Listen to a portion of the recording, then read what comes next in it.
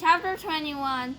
It was a long walk back to his hole. Stanley looked out through the haze of heat and dirt at the other boys lowering and raising their shovels. Group D was the farthest away. He realized that once again he would be digging long after everyone else had quit. He hoped he'd finish before Mr. Sir recovered. He didn't want to be out there alone with Mr. Sir. He wouldn't die, the warden had said. Unfortunately for you. Walking across the desolate wasteland, Stanley thought about his great-grandfather, not the pig stealer, but the pig stealer's son, the one who was robbed by Cousin Kate Barlow. He tried to imagine how he must have felt after Cousin Kate had left him stranded in the desert.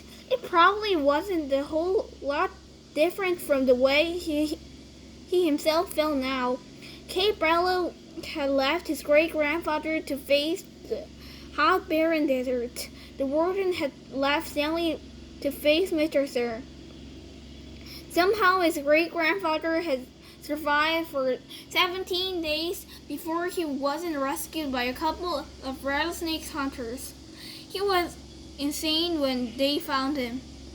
When he was asked how he had lived so long, he said he found refuge on God's stump. He spent nearly a month in a hospital.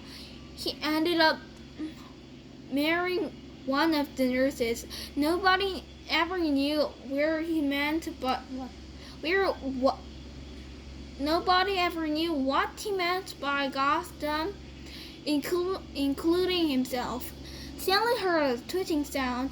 He stopped in mid-step with one foot still in the air. A rattlesnake lay cold beneath his foot. Its tail was swung upward, rattling. Stanley backed his leg away, then turned and ran. The rattlesnake didn't chase after him. It had rattled its tail to warn him to stay away. Thanks for the warning, Stanley whispered as his heart pounded. The rattlesnake would be a lot more dangerous if it didn't have a rattle. Hey, caveman, cried Armpit.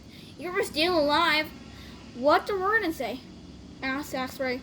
What'd you tell her? Asked Margaret. I told I stole the seeds, said Stanley. Good going, said Margaret.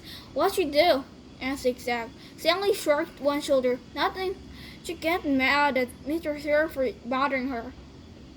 It didn't feel like going into details. If he didn't talk about it, then maybe it didn't happen. He went over to his hole, and to his surprise, it was nearly finished. He stared at it, amazed. It didn't make sense. Or perhaps it did. He smiled. Since he had taken the blame for the sunflower seeds, he realized the other boys had dug his hole to him. Hey, thanks, he said. Don't look at me, said X-Ray. Confused, Stanley looked around from Margaret to Armpit to Zigzag to Squid. None of them take care for it. Then he turned to Zero, who has been quickly digging in his holes, and Stanley returned. Zero's hole was smaller than all the others.